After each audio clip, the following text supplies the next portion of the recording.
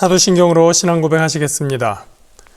전능하사 천지를 만드신 하나님 아버지를 내가 믿사오며 그 외아들 우리 주 예수 그리스도를 믿사오니 이는 성령으로 잉태하사 동정녀 마리아에게 나시고 본디오 빌라도에게 고난을 받으사 십자가에 못 박혀 죽으시고 장사한 지 사흘 만에 죽은 자 가운데서 다시 살아나시며 하늘에 오르사 전능하신 하나님 우편에 앉아 계시다가 저리로서 산자와 죽은 자를 심판하러 오시리라.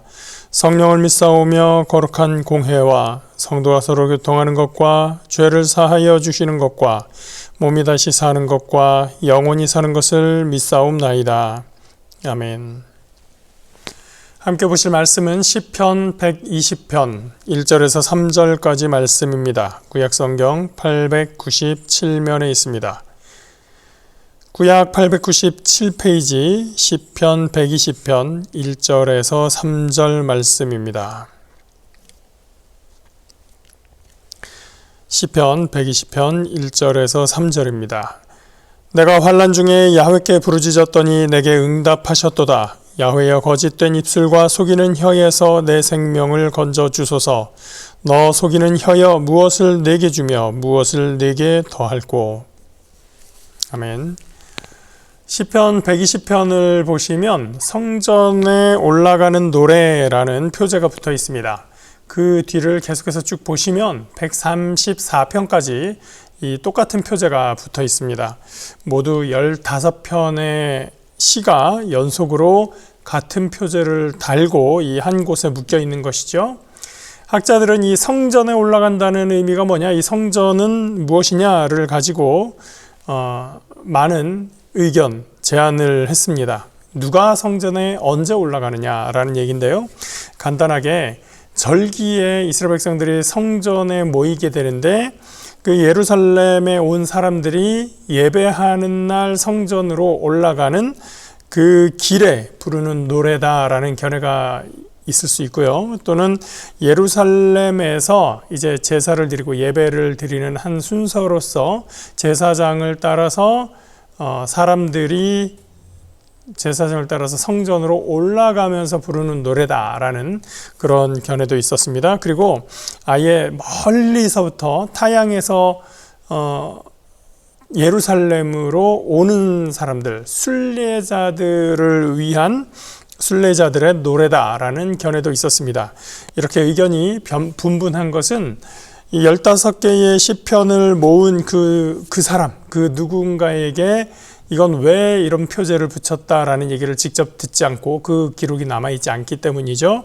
그래서 후대에 남은 자료만 가지고 추측하건대 이런 가능성이 있지 않겠느냐라고 하는 것입니다. 그러나 공통적인 것이 있는데 이 모든 것은 예루살렘을 향한 순례의 여정에서 부르는 노래다라는 것은 다 같이 공감을 하고 있죠. 그래서 이 15편의 시들을 순례시다 이렇게 부르고 있기도 합니다.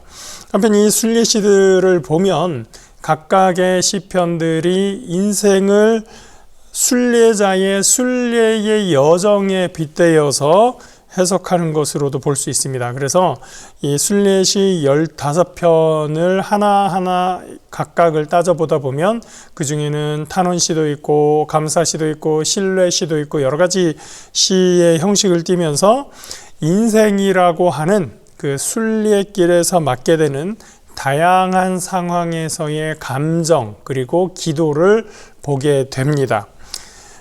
오늘 이제 120편으로 이 순례시를 공부하게 되는데요. 시편 120편을 보시면 개인 탄원시에 해당을 합니다.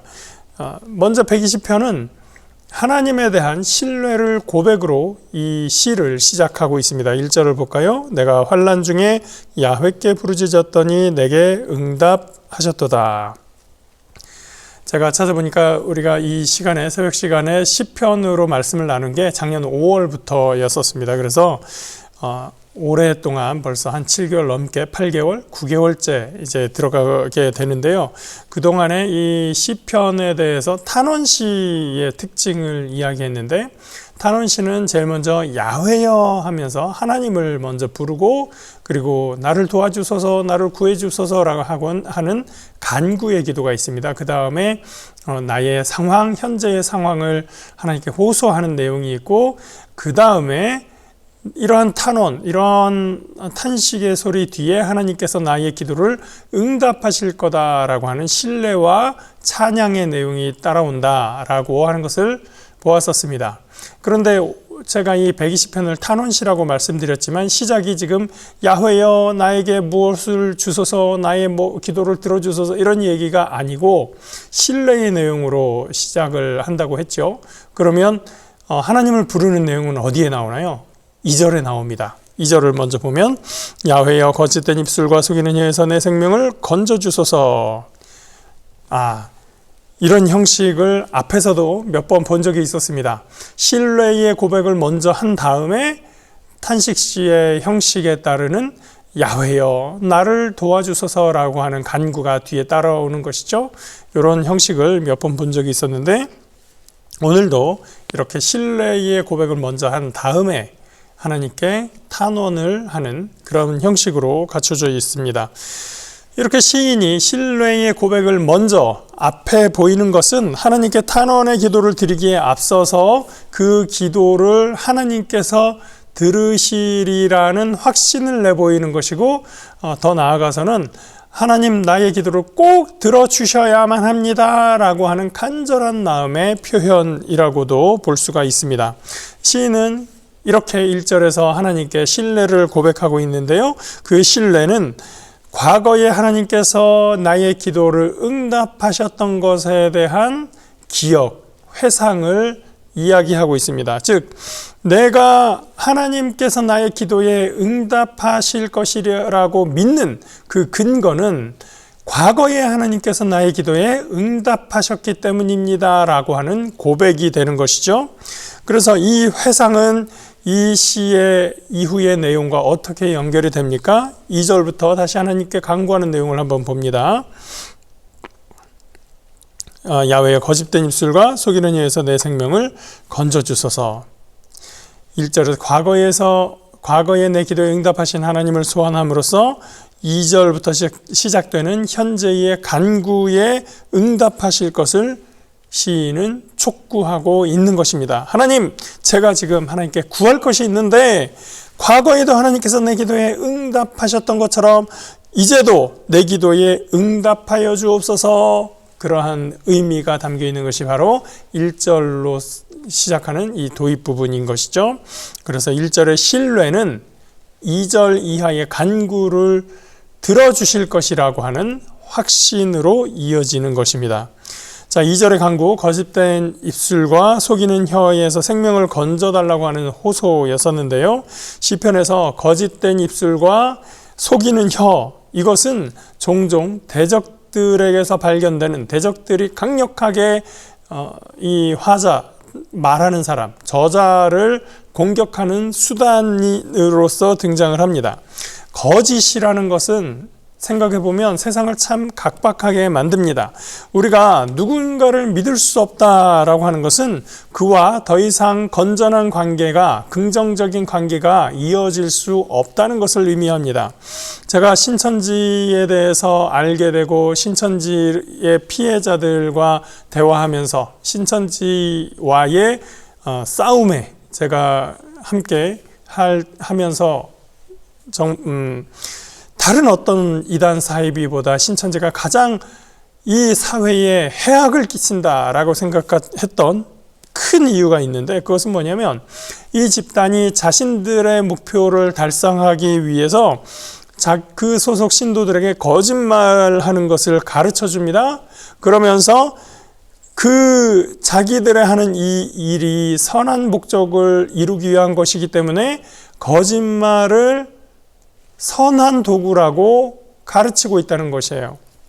그리고 내부적으로 이 거짓말을 거짓말이라고 얘기하지 않고 모략이라는 용어를 바꿔줌으로써 거짓말이 갖고 있는 그 부정적인 이미지를 한번 세탁을 해줍니다. 그래서 이것은 거짓말 치는 게 아니야, 모략이야 라고 하면서 다른 사람들에게 거짓말을 잘 할 수 있도록, 자연스럽게 할 수 있도록 거짓말을 훈련시키는 거죠. 그래서 누군가를 대할 때 진실로 대하지 않고 거짓으로 대하기 때문에 우리들이 그 신천지 사람들을 바라보는 사람들이 그들을 믿지 못하게 되고, 심지어 그곳에 있던 사람들이 신천지에서 나와서 다른 사람들과 대화할 때도 사람들을 잘 믿지 못하는 그런 현상들을 만들어내고 있더라는 겁니다. 그래서 이 신천지가 결국은 교회 구성원들끼리, 사회 구성원들끼리도 서로를 믿지 못하게 만드는 것이죠. 그만큼 사회에, 교회에 해롭게 하는 그런 조직과 단체는 없었습니다. 요즘 보이스피싱 피해가 날로 심각해지고 정말 다양한 모습으로 접근하고 있는데, 이것도 가장 근본의 출발점이 무엇입니까? 다 거짓말이죠. 특히나 이 다른 사람에게 피해를 주기 위해서 만들어내는 거짓말은 사람의 인생을 파괴할 뿐 아니라 사회의 신뢰 자본을 망가뜨립니다. 그 피해는 정말 말로 할 수 없이 심각한 것이죠.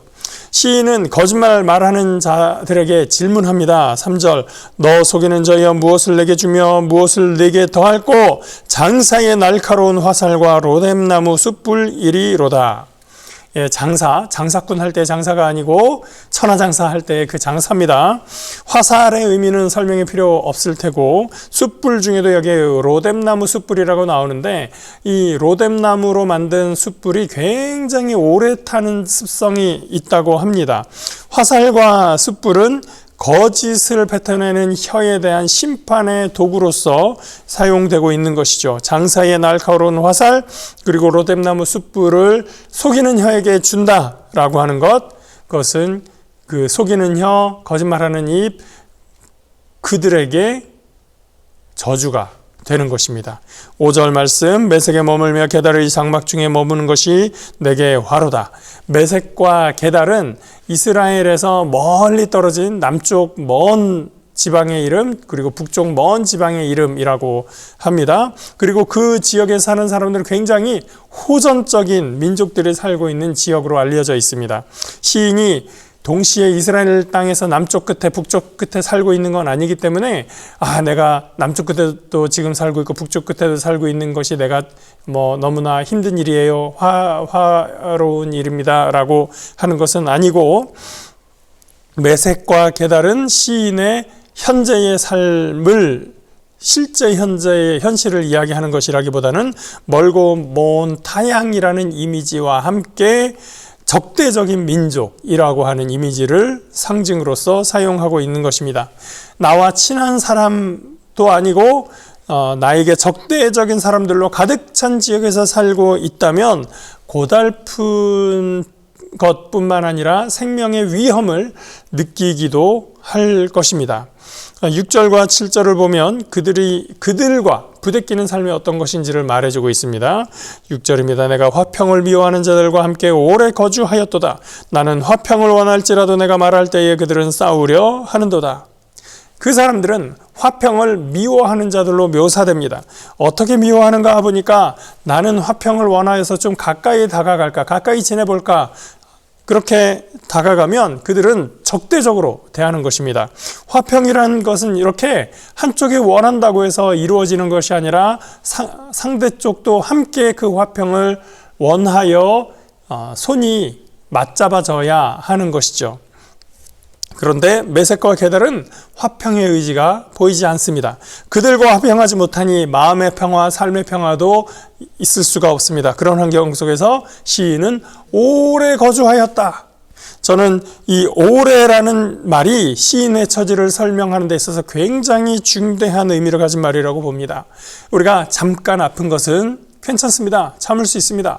잠깐 기분이 안 좋은 것은 지나가면 괜찮습니다. 잠깐 사이가 안 좋은 것은 좀 있으면 곧 편안한 사이가 됩니다. 그러나 안 좋은 상황이 지속되면 그것도 오래 진행되면 그것이 우리를 지치게 하고 힘들게 하다가 거기에서 넘어서 우리를 좌절하게 하고 우리를 낙심하게 만들고 소망이 없게 만들어 버립니다. 시편 120편을 읽으면서 당황스러운 것은 뭐냐면 이 시가 7절에서 딱 끝나버린다는 겁니다. 상황의 변화가 없어요. 시인이 변화되지 않고 있는 현실에 그대로 노출되어 있는 상태에서 시가 끝나버리고 있습니다. 어쩌면 우리의 삶에서 이런 상황도 그대로 벌어질 수가 있습니다. 우리가 인생의 순리길을 걸어다 보면 때로 어찌할 수 없는 곤란에 처하기도 합니다. 이 시가 7절에서 아무런 상황 변화 없이 끝나는 어려움만 토로하는 채로 끝나는 것처럼 우리 중에 어떤 분은 내가 바로 그런 상황이에요. 내가 그렇게 힘든 상황에 오늘의 삶에 살고 있습니다. 라고 이야기하실 분이 있을지도 모르겠습니다. 우리가 이 시편 120편만 읽으면 보기에 따라서 이렇게 희망이 없구나 라는 것을 느낄 수도 있는 반면에 어떤 분은 나이에 바뀌지 않는 이 어려운 상황을 시편 120편의 시인도 똑같이 경험하면서 힘들어 했었구나 그 사실을 알고 위로를 받을 수 있습니다. 우리는 모세의 120년의 인생을 성경을 통해서 보고 알고 있었습니다. 그런데 그 인생을 하루하루 살아가던 모세의 삶은 어땠을까요? 40살까지 왕궁에서 왕자로서 모든 권세를 누리면서 살고 있었던 모세가 이제 광야로 원치 않는 일로 광야로 떠나가서 이드로의 사위로서 목동으로서 40년을 살게 됩니다. 40년을 언제 끝날지 알지 못하는 상태로 그는 살아갔었습니다. 5년 있으면 이 인생이 끝나지, 10년 있으면 여기에서의 광야 생활이 끝날 거야. 그런 것을 알지 못한 채로 그는 40년을 하루 살아가고 있었던 것입니다. 그렇게 40년이 마친 후에 하나님께서 그를 부르셔서 하나님의 일을 하게끔 하셨던 것이죠. 시편 120편 7절이 그렇습니다. 그저 각박한 하루하루의 삶 속에서 아무런 희망을 느끼지 못하는 상황에서 그는 오늘이 힘들구나라는 것을 인지하고 있을 뿐입니다. 이 부분을 보면서 우리는 인생을 부정하거나 하나님의 응답을 포기할 필요가 없는 것입니다. 성경을 기록한 그 사람도 이렇게 막막한 상황을 경험했었구나. 믿음이 좋다고 항상 잘되고 평안한 삶을 사는 것은 아니구나. 이것을 깨닫는다면 인생의 어려움들을 더욱더 잘 극복할 수 있을 줄 믿습니다. 더 좋은 것은 시편 120편이 끝이 아니라는 사실입니다. 120편만 봤을 때는 그렇게 인생은 힘들고 많은 것이구나 라고 느낄 수 있지만, 그래서 실망할 수 있지만 시편은 여기서 끝나지 않고 121편으로 이어져 간다는 것입니다. 우리의 인생은 오늘의 힘든 현실에서 끝나는 것이 아니라 그 다음으로 이어져 간다는 것입니다. 어떻게 하나님의 역사가 새로운 장에서 이어질지 기대를 가지고 오늘을 이기며 승리하는 저 여러분 되시기를 주의 이름으로 축복합니다. 기도합니다. 사랑과 은혜의 하나님 감사합니다. 오늘도 주님께서 거룩하신 은혜를 저에게 부어주시고 하나님 우리의 삶에 함께 하시는 것을 감사합니다. 시인의 고백이 과거에 나를 도우셨던 하나님의 그 도우심을 오늘 기대하고 기다리는 그 모습을 보게 됩니다. 그런데 시인은 오늘 지금 응답되지 않는, 변하지 않는 이 현실 속에서 어려움을 겪고 있습니다. 그러나 그가 좌절하지 않은 것은 하나님께서 나를 도우신 하나님, 나의 기도에 응답하신 하나님인 것을 잊지 않고 있기 때문입니다. 하나님, 우리 인생에서 우리가 좌절스러운 상황에 처하거나 우리 낙심할 만한 상황에 있을지라도 하나님이 도우시는 것을 기대하고 기억하며 하나님 믿음으로 주님과 함께 나아갈 수 있도록 인도하여 주시옵소서.